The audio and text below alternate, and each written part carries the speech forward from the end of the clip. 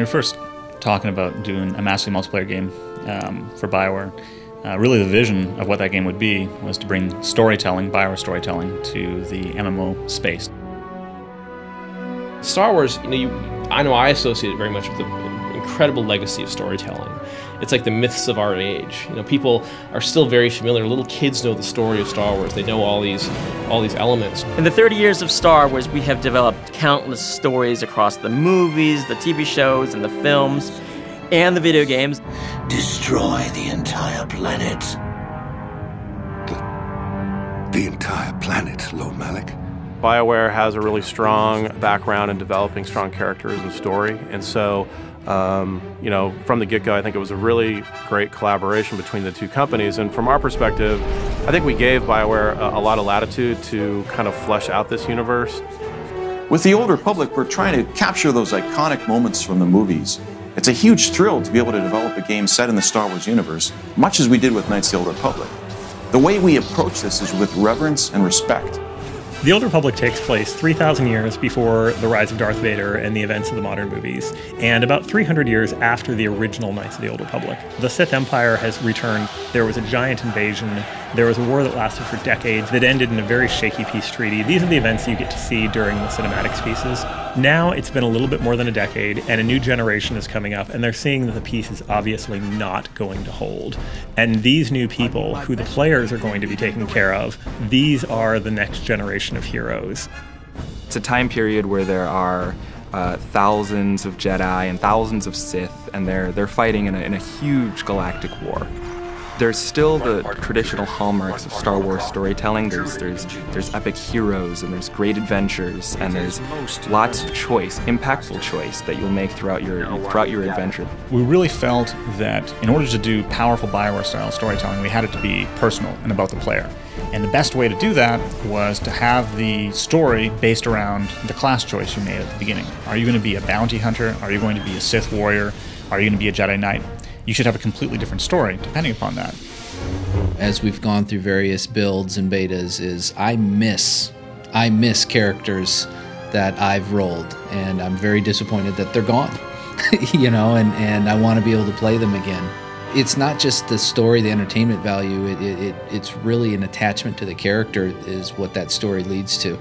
Wow, we're really meeting Mandalore. Oh, this is going to be incredible. LucasArts has provided a great deal of the voiceover work, the music work, the sound effects work, and that's been this absolutely awesome experience. Of course, there's a great deal of VO in this game. Being able to breathe life into these stories that BioWare has written with really talented actors and really talented voice directors has been a thrill.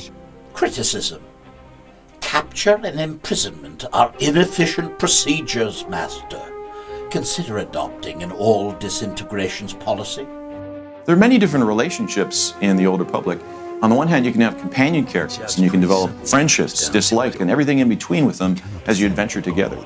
Moreover, you play with other people in this MMO. It's a social experience. You develop friendships online as you adventure together through a galaxy that's set thousands of years before the Star Wars movies. I lose sight of the mechanical aspect of it, which to me is the perfect thing for an RPG. I'll lose myself in the stories, I'll lose myself in what's going on. I always find myself wanting to explore our enormous worlds and wander over a ridge and see how to get to the next new area. Epic is a word that's so overused, but honestly, it just applies so well to Star Wars: The Old Republic. It's so big. Like the moment you actually get your ship, there's these sort of key beats in the game that have an incredible impact. Like you walk into this hangar and you see your ship and the music's playing and it's yours. And then you go to the galaxy map and you go, wow. And then you start seeing all these familiar environments that you remember from the movies, and you're like, I'm here.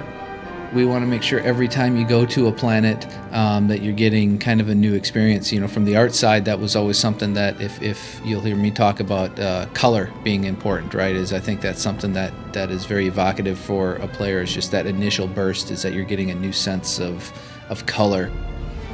The audio guys come in with sound, right? So those things that speak to you at a more emotional level, a deeper level, are things that we try to hit very first off. We started out with Corbin was our first world that we developed, and we worked hard to develop the look and feel of the game and how we wanted the art style not to look old after a while. So we kind of came up with this kind of stylized realism. Each piece of these worlds has been handcrafted. Every corner you go around has something new and interesting and something different. Star Wars: The Old Republic it has come together amazingly well. I've been surprised multiple times over the course of the project.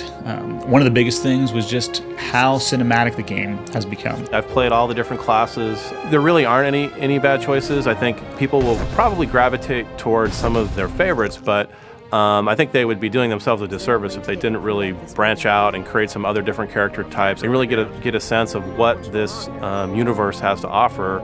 I hope when the game comes out and it starts to grow, we bring in people who haven't traditionally been fans of the MMOs, as well as the hardcore MMO fans. The people come in who love Star Wars, who love role-playing games, who just love the idea of being out there and having this great big adventure, and they say, hey, I can get into this, I understand this, I always wanted to have my own Star Wars trilogy, and now I do. I think the gamers will be excited about this being personal stories. Because of the way the game works, you can make choices. You can go light side or dark side. There is no black and white with Jedi and Sith in this era. The fans have been an essential part of making this game possible. They're really, really dynamic and active in the community.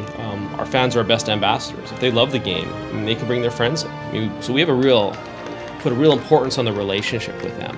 Star Wars: The Old Republic, we want to have world-class service as well as a world-class game. Not only are you going to be exploring dozens of different worlds and starships and environments in the game, but you're also going to be doing it with hundreds and hundreds, if not thousands of other people at the same time in one world.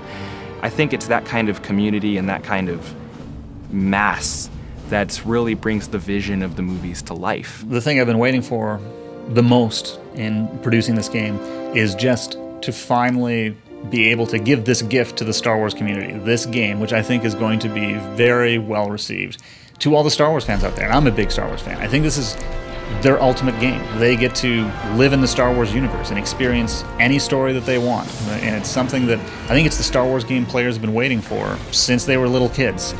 The shipped content is only the beginning. As soon as you get in there and we go live, very soon you guys will get to hear about the new cool stuff coming just a little while after.